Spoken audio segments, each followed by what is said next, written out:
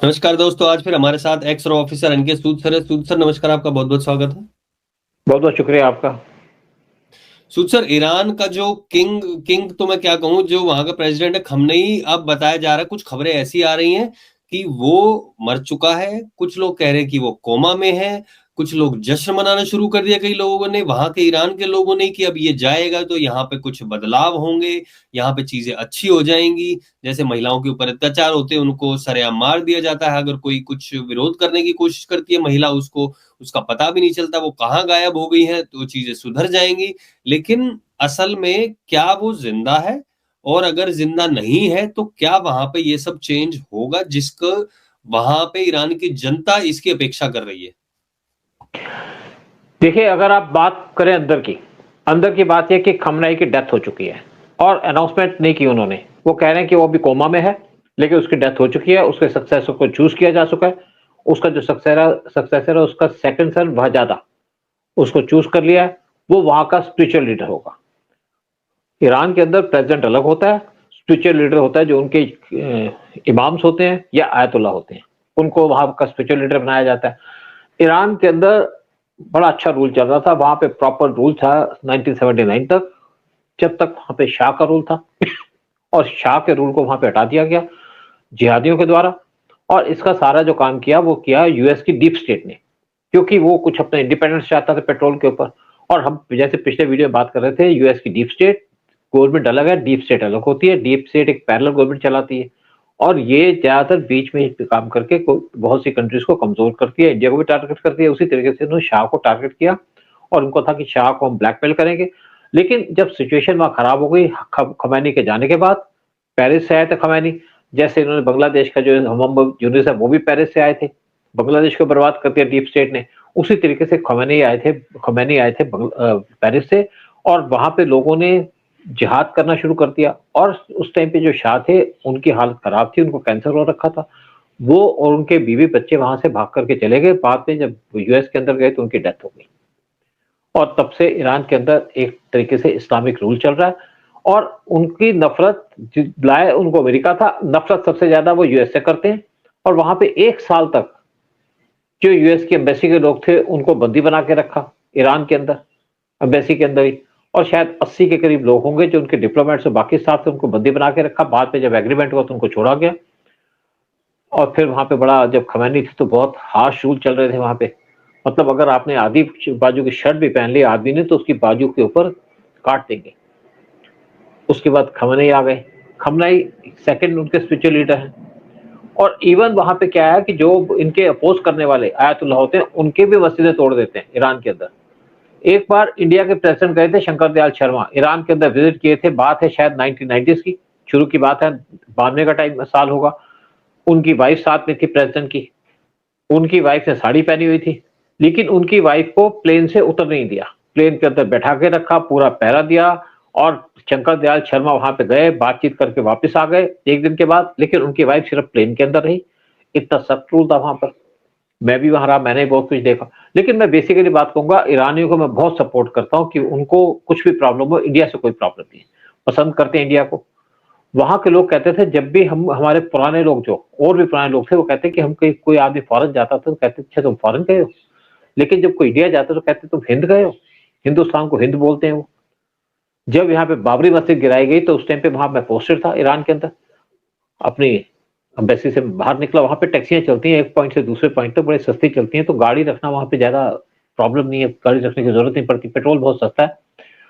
तो share taxi होती है, एक पॉइंट से दूसरे पॉइंट तक। तो मैं टैक्सी में बैठता, एक लेडी ने बोला शुमा हिंदी, तुम हिंदी हो? मैंने कहा वाले यस। तो ड्राइवर को कहता है कि इन्होंने वहां पे मस्जिद गिरा दी हिंदुस्तान के अंदर। जोकिंगली उसने कहा, जैसे ना बड़े ह्यूमरस तरीके से। तो वो इंग्लिश कम बोलते हैं, क्योंकि वहां पे इंग्लिश बोलना ही बंद है। तो उसने कहा वेरी गुड, मतलब अप्रिशिएट किया उन्होंने कि आपने मस्जिद गिरा। तो कोई इशू नहीं था, इंडिया के अंदर मस्जिद गिरी नहीं गिरी। तो ये उनका एटीट्यूड है। वहां पे हिंदी बोलने वाले लोग भी होते हैं, कई हिंदी बोलते हैं, जस्ट प्रोविंस के लोग हैं जो हिंदी बोलते हैं, वहां पे कारपेट भी बनते हैं। वो भी कहते थे जब हम यहाँ से बाहर निकलते हैं तो हमें बड़ा अच्छा लगता है कि यहाँ से जैसे ही हवा से बाहर निकलते हैं, तो इंडिया में मुंबई में रहते हुए कहते हैं, उससे कहा मेरे बच्चे भी यहाँ पढ़ते हैं, तो हमें ऐसा लगता है कि हम अपने घर जा रहे हैं। ये उनका एटीट्यूड है। वहां पे लड़कियां आती थी वीजा लेने की, तुमको वीजा देते थे, जैसे अंडर एज लड़कियां वो निकलना चाहती थी वहां से, क्योंकि हिजाब वो पहनना नहीं चाहते। खूबसूरत लड़कियां बहुत सी, और खाना पीना अच्छा उनका, बेसिकली बंद खाते हैं और साथ में चीज बीच में डाल करके खाते हैं, और साथ में ज्यादातर देखें तो आप दही के बड़े बड़े बर्तन लेके जाते हैं, वो खाने का शौक है, तो उनकी स्किन भी बहुत अच्छी है। लेकिन लोग यही उम्मीद करते हैं कि वहां पे ये अब खमनाई जा रहे हैं या मर गए हैं, उनका बेटा आ रहा है, तो यहाँ पे अब सिचुएशन ठीक हो जाएगी, बहुत से लोगों को उम्मीद है। और बहुत से लोग ये भी उम्मीद करते हैं कि इसराइल यहाँ पे शायद उस पोजीशन को चेंज कर देगा, यानी कि गवर्नमेंट गिरा देगा। लेकिन आज अगर हम देखें तो ईरान की जो तेहरान की जो गवर्नमेंट है, सबसे कमजोर गवर्नमेंट है। कमजोर इसलिए कि इसको जिस तरीके से इसराइल ने एक्सपोज किया, खाने की चीजें इतनी महंगी हैं कि यहाँ पे आप सोच नहीं सकते, सब कुछ इतना महंगा वहां पे, जॉब्स है नहीं, क्योंकि फ्रूट्स सबसे अच्छे मिलते हैं, ड्राई फ्रूट सबसे बेस्ट मिलते हैं आपके ईरान के अंदर, लेकिन उनके पास कोई रिसोर्सेस नहीं है। जब से इनकी गवर्नमेंट आई है, यानी कि जिहादियों की गवर्नमेंट आई है, इस्लामिक रूल बना वहां पे, और जब शाह के लास्ट टाइम में था तो शाह ने इंदिरा गांधी से सपोर्ट मांगी थी। उस टाइम पे इंदिरा गांधी इंडिया की प्राइम मिनिस्टर थी 1979 में। तो इंदिरा गांधी ने वहां पे इनको इन्फॉर्मेशन देने के लिए बड़े बड़े अपने जो एम्बेसी के अंदर बाकी लोग थे वहां पे एक पूरा का पूरा एक नेटवर्क बना दिया, ताकि इनको इन्फॉर्मेशन दी जाए, जो बातें सुन सुन के उनको दी जाए। लेकिन तब तक शाह की गवर्नमेंट वहां से गिर गई, और जो इंदिरा गांधी को हेल्प करने चाहती थी वो कर नहीं पाई। अब हमारे ईरान से अच्छे रिलेशन, हम ईरान से ऑयल लेते हैं जो रुपये में लेते हैं, और साथ में खाने पीने की चीजें देते हैं उनको, क्योंकि वहां पे सारी चीजें उगती नहीं है। पाकिस्तान उनको कुछ दे नहीं पाता, पाकिस्तान तो आप ही भूखमरी पड़ी है पाकिस्तान के अंदर। और इंडिया को ईरान से कोई प्रॉब्लम भी नहीं है, ईरान को भी इंडिया से प्रॉब्लम नहीं है। लेकिन हमें एक जो प्रॉब्लम सबसे ज्यादा तंग करती है वो है कि वहां के जो लोगों को जिस तरीके से ट्रीट किया जाता है, वैसे कोई आपको प्रॉब्लम नहीं है। अगर किसी लड़की के ऊपर कोई चार्ज लग जाता है, उसको फांसी की सजा हो, तो अगर अनमैरिड लड़की है तो पहले उस लड़की को एक आयतुल्लाह या वहां के इमाम के साथ सोना पड़ता है। वो कहते हैं कि अगर वैसे इसको फांसी देंगे ना तो ये नर्क में जाएगी, तो उसको एक इमाम के साथ सोती है लड़की, उसको नेक्स्ट डे फांसी दी जाती है। और कई बार जब लोगों को फांसी दी जाती है तो उनको क्रेन के साथ लटका करके चौक पे लटका दिया जाता था उनकी बॉडी को। जुल्म तो ऐसे होता है, एक बार देखा कि लड़का लड़की बैठे पार्क के अंदर, पासदार आए जो वहां की पुलिस है, उन्होंने चप्पलों जूतों से उस लड़की को पीटना शुरू कर दिया दोनों को। तो ये हाल है वहां पे। लेकिन फिर भी वहां पे लोग खुश रहते हैं। देखा पीछे पिछले दिन जो यहाँ पे झगड़े हो रहे थे या लड़कियां बाल काट रही थी अपने, या बाल को छोड़ रही थी, वहां पे आपको बुर्का पहनना जरूरी नहीं है, आप मोंटू पहन सकते हैं, जैसे लंबा कोट है किसी, लेकिन वो आपका ब्लैक का हो या डार्क कलर का हो, ब्राइट कलर आप पहन नहीं सकते। साथ में स्कार्फ लगा सकते हैं, स्कार्फ बड़े स्टाइलिश लगाती थी लड़कियां वहां पे, हम भी कईयों को स्कार्फ देते थे। साथ में उनको बड़ा शौक है बिंदी लगाने का, चूड़ियां पहनने का, अगर उनको कहीं से मिल जाए। और साथ में वो हिंदी गाने बहुत पसंद करते हैं, हिंदी गानों पे डांस करते थे अपने घर में, जब पार्टियां होती थी छोटी छोटी पार्टियां बगैर लाउड स्पीकर के, तो हिंदी गानों पे डांस करती थी। और यही उम्मीद करते हैं कि वो कंट्री सेफ हो, वहां के लोग आ जाएं। मैं पीछे कुछ दिन पहले एक किसी ईरानी से मिला था जो बांग्लादेश से जो आए थे ईरान से, तो वो भी उम्मीद कर रहे थे बांग्लादेश की ईरान के अंदर जो डेमोक्रेसी आए तो उनको कुछ फायदा मिले, और यहाँ की जो इस्लामिक गवर्नमेंट जाए। तो मैंने कहा भाई ये तो गवर्नमेंट जाएगी नहीं, आप जितनी कोशिश कर लो, ना इसराइल उनको लिबरेट कर सकता है ना कोई करा सकता है। लेकिन अब जो खमैनी जा रहे हैं तो उसके बाद ये उम्मीद थी कि वहां पे गवर्नमेंट चेंज होगी, जैसे बहुत से लोग उम्मीद करते हैं। मेरे हिसाब से ईरान की जो गवर्नमेंट है वहीं पे रहेगी, क्योंकि अगर कोई इनकी गवर्नमेंट को गिराने की बात करता है, कोशिश करता है, तो चाहे 200 लोग हो, चाहे 500 हो, चाहे 5000 हो, चाहे 50,000 हो, सबका कत्ल कर दिया जाएगा। इसलिए आप वहां पे इस्लामिक गवर्नमेंट को हटा नहीं सकते। ये मेरा मानना नहीं है, मेरा फर्म बिलीव है इस चीज के ऊपर। और जो लोग सोचते हैं कि वहां पे गवर्नमेंट चेंज हो जाएगी, मैं नहीं सोचता, क्योंकि कोई और इसको यूएस जरूर एक्सप्लॉइट करता है। वहां पे जो जैसे आपकी लड़कियां बाल काटते हैं तो यूएस उसको एनकरेज करता है, क्योंकि यूएस का तो कुछ जाता नहीं था, जाता है वहां के लोगों का, और इसलिए दुख भी बहुत होता था। लेकिन अब चाहे खुमानी हो चाहे उनका बेटा हो, वो पावर में आएंगे, स्पिरिचुअल लीडर बनेंगे, सिचुएशन कभी भी यहाँ पे इंप्रूव नहीं हो पाएगी। सिर्फ सिचुएशन एक हिसाब से इंप्रूव हो सकती है कि वहां पे अगर ईरान ये डिसाइड करे कि न्यूक्लियर बॉम्ब नहीं बनाएगा, अगर ईरान न्यूक्लियर बम बनाना बंद कर दे तो वहां पे सिचुएशन नॉर्मल हो सकती है, यानी कि यूएस उनके ऊपर सैंक्शन हटा देगा तो कंट्री डेवलप कर सकती है, क्योंकि पेट्रोल बहुत है वहां पे।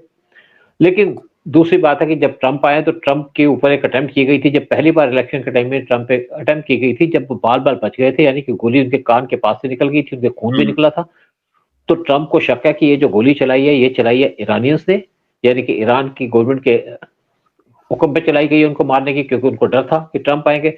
जब ट्रंप पहली बार पावर में आए थे तो ट्रंप ने इनके ऊपर सैंक्शन लगा दी थी, और इंडिया से कह दिया था आप इनसे पेट्रोल नहीं लोगे क्योंकि वो न्यूक्लियर जा रहे हैं। तो इंडिया को भी उनकी बात माननी पड़ी, क्योंकि हम ट्रंप को नाराज नहीं कर सकते थे, पावरफुल लीडर हैं और जो कहते हैं वो करते भी हैं। तो इंडिया अपनी इकोनॉमी को सर्वाइव भी करना चाहता था, लेकिन उसकी वजह से इंडिया को नुकसान भी हुआ। लेकिन ट्रंप जो इस टाइम पे एलन मस्क है, जो उनके मिनिस्टर बनने वाले हैं ट्रंप की गवर्नमेंट में, उन्होंने जो यूएस के जो ईरान के जो एम्बेसडर यूएन के अंदर, उनसे मीटिंग की है और उनसे क्लैरिफिकेशन मांगी है कि क्या आपने अटेम्प्ट की थी ट्रंप को मारने की, जिसके ऊपर उनके गवर्नमेंट ने एक स्टेटमेंट दी थी, ईरान की गवर्नमेंट ने, कि हमने कोई ऐसी कोशिश नहीं की, हमारा कोई ऐसा पर्पस भी नहीं, ना हम करेंगे। लेकिन ट्रंप इस चीज को कंफर्म करना चाहते थे, क्या ईरान का हाथ है जो उनके ऊपर अटेम्प्ट हुई है। अगर ट्रंप को लगा कि ईरान का हाथ है, तो ट्रंप पूरे जोर शोर से ईरान के ऊपर हमला कर देंगे, यानी कि उनके यहाँ न्यूक्लियर इंस्टॉलेशन उसको बर्बाद कर देंगे और सारा काम किया जाएगा इसराइल के द्वारा। और ट्रंप से वर्ड इसीलिए डरता है कि वो बहुत ज्यादा बेरहम हो जाते हैं जो काम करते हैं। लेकिन दूसरी बात है कि क्या ट्रंप फुल स्केल वार कर सकते हैं ईरान के ऊपर, और ईरान के अंदर जो वहां के लोग बैठे हैं इस टाइम पे, वो इस टाइम पे मोसाद तक की हेल्प कर रहे हैं। अगर ट्रंप या यूएस वहां पे पूरी फोर्स से घुस जाते तो इस्लामिक गवर्नमेंट को हटा सकते हैं, अदरवाइज वहां की गवर्नमेंट को किसी भी तरीके से हटाया नहीं जा सकता, और जो लोग वहां सफर कर रहे हैं इसी तरीके से सफर करेंगे। राइट, मतलब कुल मिला के जो वहां पे कुछ लोग खुश हो रहे हैं, कुछ बदलता हुआ नजर आ नहीं रहा है, वहां पे चीजें वैसी रहेंगी अनलेस वहां पे ट्रंप किसी तरीके से घुसे और बिल्कुल ही नेस्तनाबूद करके और बिल्कुल ही अलग तरीके की नई गवर्नमेंट फॉर्म करे। बट बहुत बहुत धन्यवाद सुध सर आने के लिए, सारी जानकारी शेयर करने के लिए आपका। जय हिंद, जय भारत। जय जय जय भारत, मेरा भारत महान।